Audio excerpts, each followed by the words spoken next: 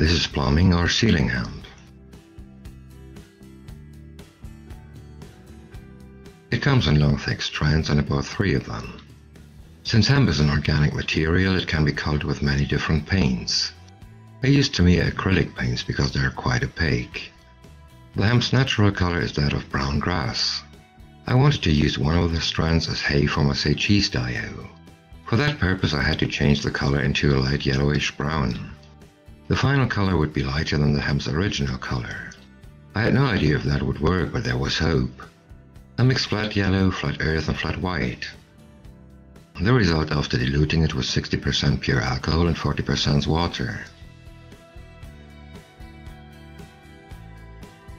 The hemp was left in the solution for 3 days, and after it was dry I had the result I had hoped for.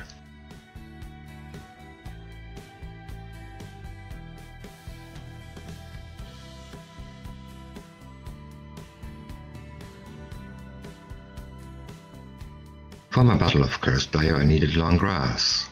There are many different products available, but I didn't know how much I would have to buy. I decided to color the last strand of hemp with green acrylics. After 1 day in the solution I removed 1/2 of the strand. I needed some hay for the cheese dye. Here you can see what it looks like and how I used it in my scratch-built hay wagon. The remaining half was left in the paint bath for 2 more days. Here you can see that it is much darker than the hay part. I'll need dozens of long grass tufts. They'll be glued onto the dye base, and I hope it won't take too long till I can show you the finished product.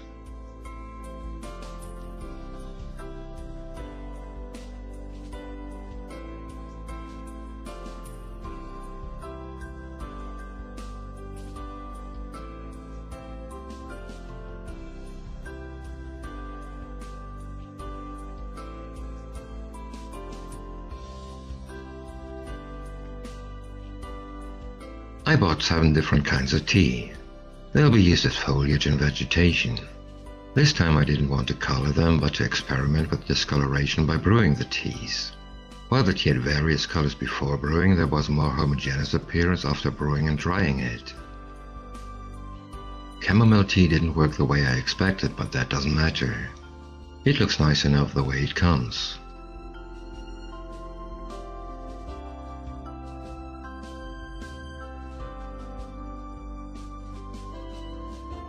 For peppermint and 9 herbs tea goes the same as for seal and essence tea. There's a strong discoloration after brewing, and the differences between the natural colors have disappeared almost completely.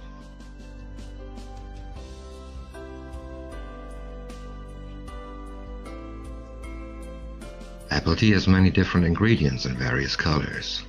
The white bits, for example, are sugar. After brewing, the sugar is gone and the tea looks like dead red leaves.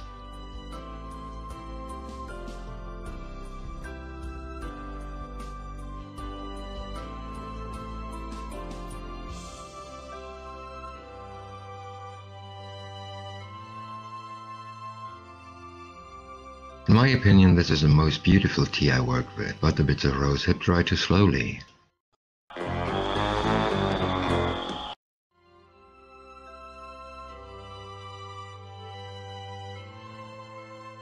All these different teas can be used for many kinds of vegetation. They can be used as foliage on trees and bushes. They can be used as ivy or wine and for flowers. Use your imagination. As I said in part 1, I don't know if ready-to-use leaves or punched-out leaves look better. I just don't have the patience to glue hundreds of leaves onto trees bit by bit. I only want to apply PVA glue and sprinkle foliage on top of it. To me, that looks realistic enough.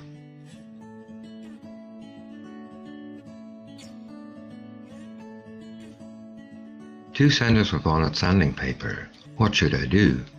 The problem with this kind of sanders is that the bases are highly flexible while the sanding paper isn't.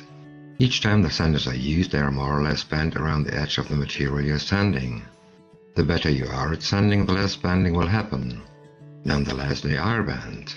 Both sides of the sander will suffer. While the outside is stretched, the side you're sanding with is pushed together. The result varies from fine wrinkles to tsunami-like waves and folds. This makes sanding difficult because the paper is cracked along these folds. Very soon the folds will turn into crosswise ridges that only leave you with some smaller areas that can be used effectively. This is the moment you usually would say goodbye to the sander and bin it. In my opinion, it's a waste as long as the base material is still in nice condition. In that case, I peel off the old and attach new sanding paper. This isn't difficult to do. All you have to do is 1. Apply double-sided tape, 2. Cut it into shape, 3. Stick it onto the back side of new sanding paper, and 4. Cut it out. This way you can use the sanders over and over again. What I like best about it is that you can use grids these sanders usually don't come with.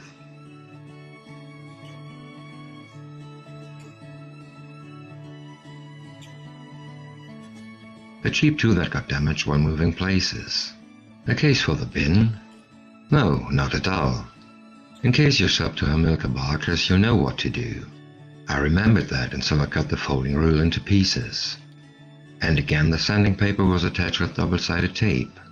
These sanders work really well because they're rigid.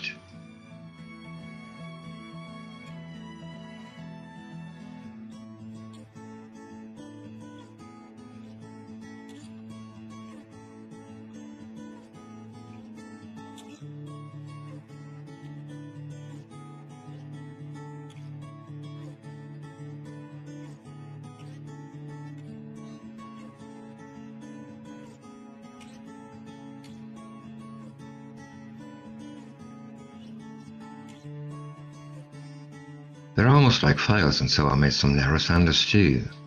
They last much longer than similar sanders you can buy. For showing you how to do it, I just used some cheap sanding paper I had around the house. It may be worn out soon, but it really doesn't matter. It can easily be replaced, and if you wish to, you can use sanding paper of higher quality. The main purpose of this video is to show you stuff that can save you some money. It's also about encouraging you to come up with your own ideas. This is much better than feeding aftermarket manufacturers by buying things one can easily make at home. That's all, folks. Might as well enjoy this life, 'cause no one's getting out alive, it's true. So let's keep it simple.